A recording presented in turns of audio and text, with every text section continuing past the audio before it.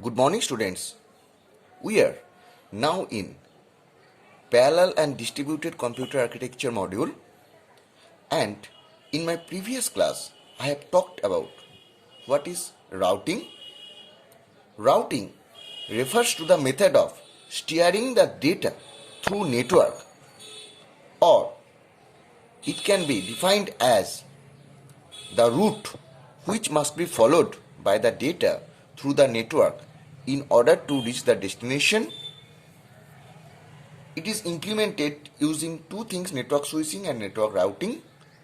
Network switching is classified into two factors. One is packet switching, another one is circuit switching.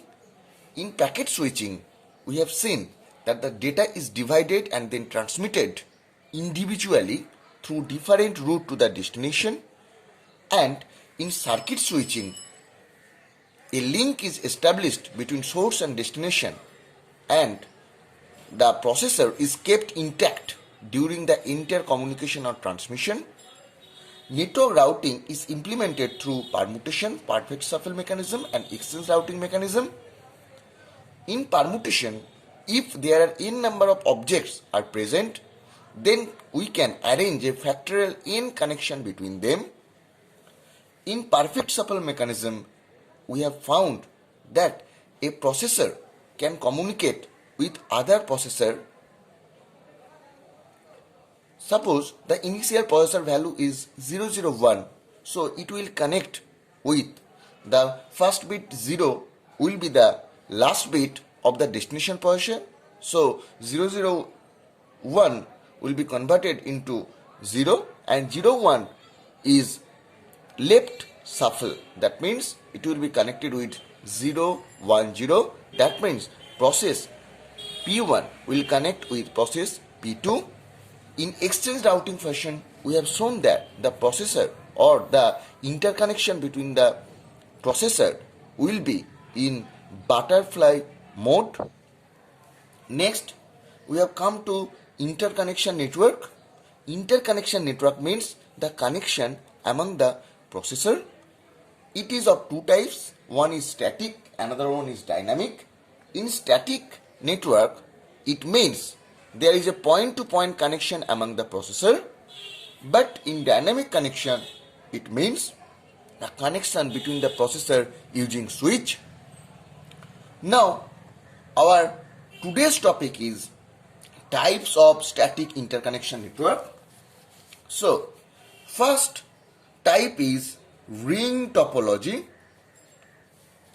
Ring topology means direct communication between processor. This allows all communication link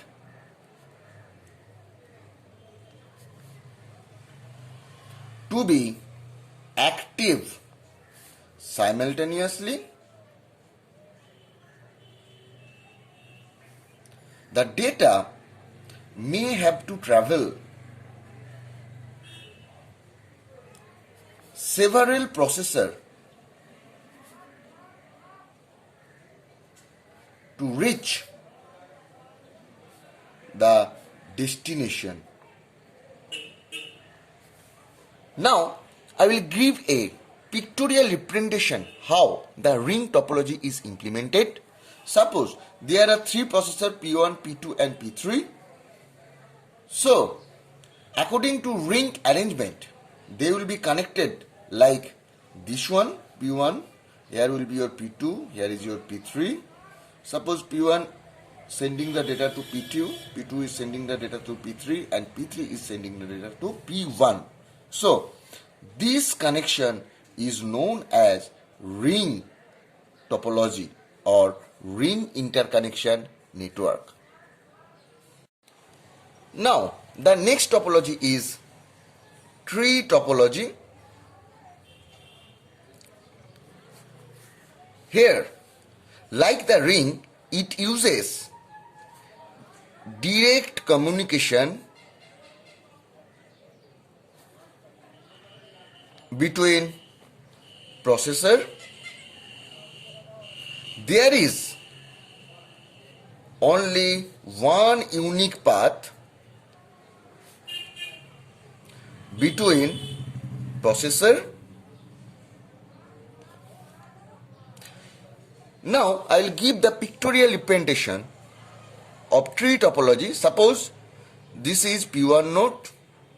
It has two child, that means P2 and P3. There is a communication. Now P2 has two child. Suppose it is P4 and P5. P3 has two child, P6 and P7.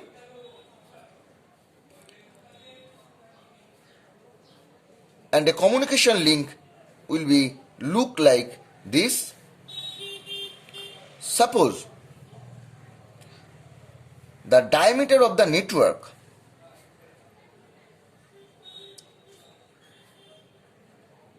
will be 2 into number of node, that means 14. Here we can see that process P1 can communicate with process P2 and P3 using this communication or direct communication, and process P2 can communicate with process P4 and P5 with this communication. Suppose P1 want to communicate with P5, then P1 must communicate with P2 and P2 must communicate with P5. So this is the tree topology. Now this is level 0, this is level 1 and this is level 2. So the number of processor can be calculated from the number of level, and it will be calculated by a formula, that is k to the power level minus 1 or 2 to the power level minus 1. 2 to the power level is here 1, 2 and 3. So 2 to the power 3 minus 1, that means 7. So there will be 7 communicating processor, that is calculated from the level. How many level we are using? Here we are using 3 level, that's why 2 to the power 3 minus 1, that means 7. Now the next topology is mesh topology. In mesh topology, every processor connected with other processor in above, below, right and left direction. Now I will show the pictorial representation of mesh topology. Suppose this is a processor P1, so it will be communicated with other processor in left, right, above and down, and here is your P2. P2 will be connected with left, above, right and down. Here is your P3. P3 will be connected with left, above, right and down. Next one is your P4. There will be left, down, right. Next there is P5. It is connected with P4 by left direction and connected with P2 with above. There will be a down, there will be right. Here is your P6. Left is right, above. There will be a right and there will be a down. Now there is P7. They are similar fashion. It will go like this way. So this is your mesh topology arrangement. Now we will see the another one, that is your hypercube, or it can be stated as multi-dimensional mesh topology.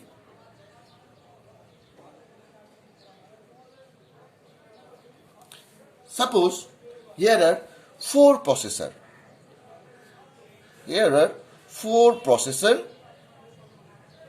There P0, P1, P2 and P3. Each processor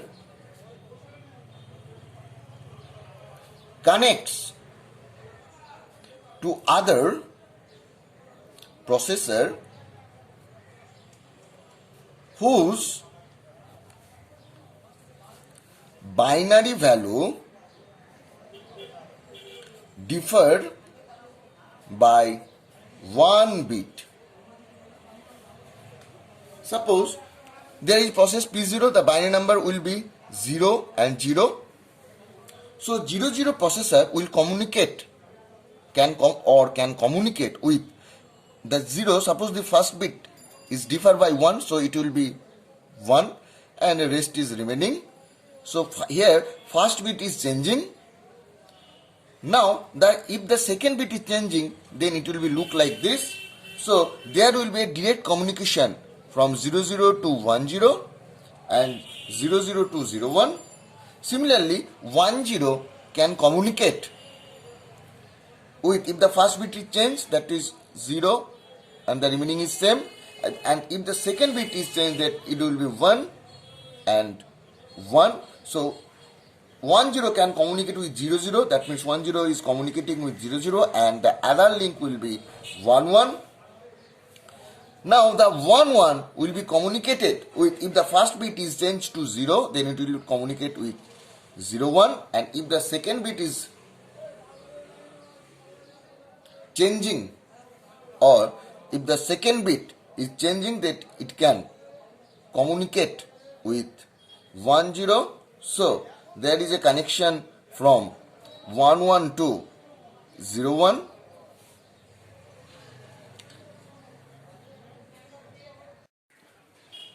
And the 11 to 10 is communication link is shown here. We have seen the Hypercube architecture or multi-dimensional mesh topologies for 4 processor. Now we will see if there are 8 processor, so how the Hypercube technology or multi-dimensional mesh topology will work. So our next topic is mesh topology using 8 processor. So the first processor is suppose 000. So it can communicate with, if the first bit is changed, so it will 100. If the second bit is changed, it will be 010, and if the third bit is changed, it will be 001. So 000 can communicate with these 4 processor. So Hypercube architecture means this can be drawn like this one.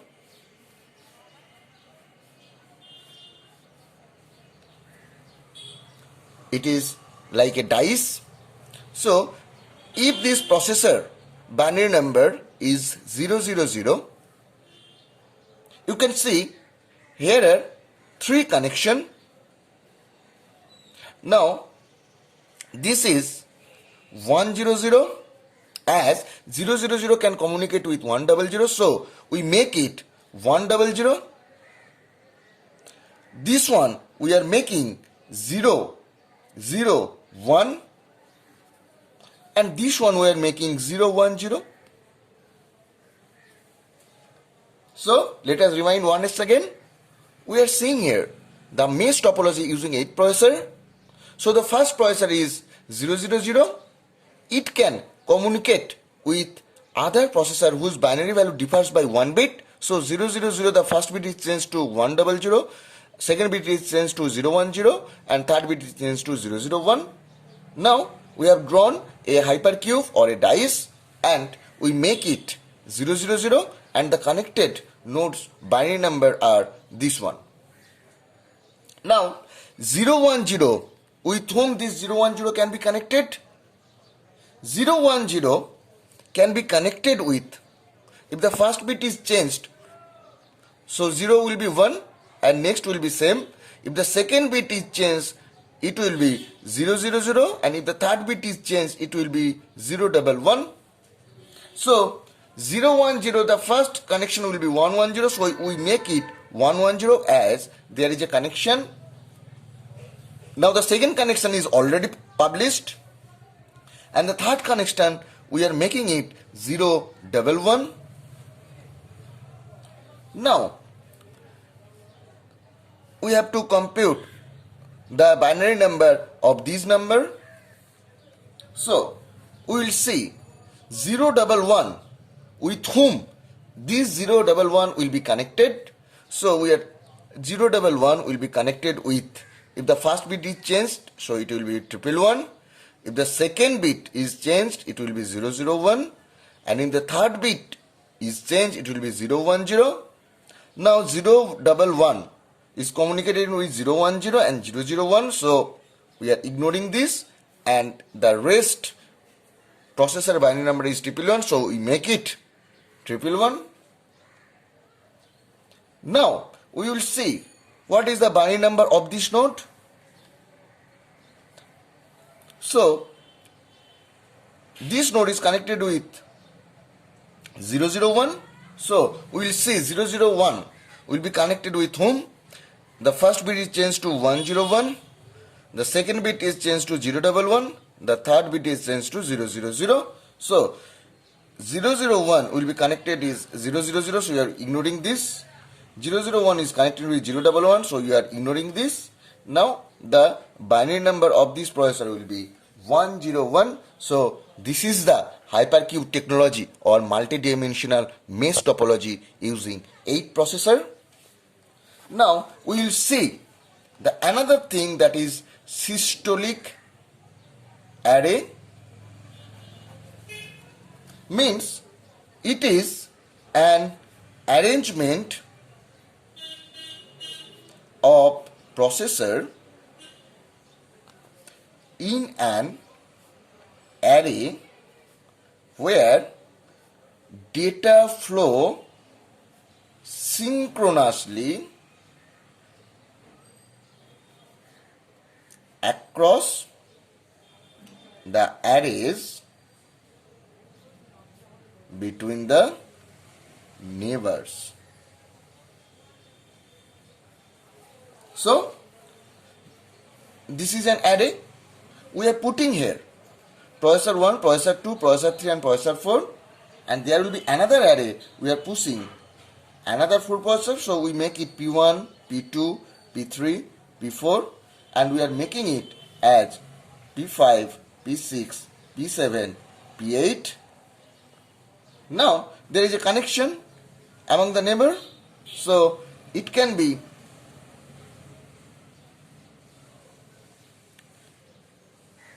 diagrammatically represented by these things. There will be a connection among the neighbor.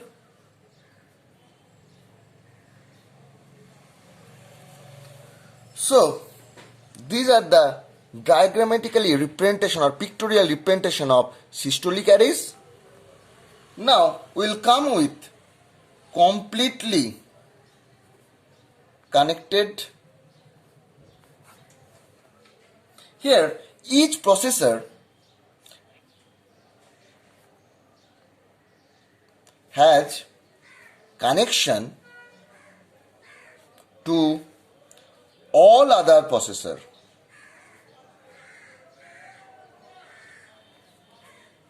Suppose here are 4 processors, P1, P2, P3 and P4. So P1 will be connected with P2, P4 and P3. P2 will be connected with P1, P4 and P3. P3 is connected with P1, P2 and P4. So this is the example of completely connected. Now the time comes to conclude our today's lecture.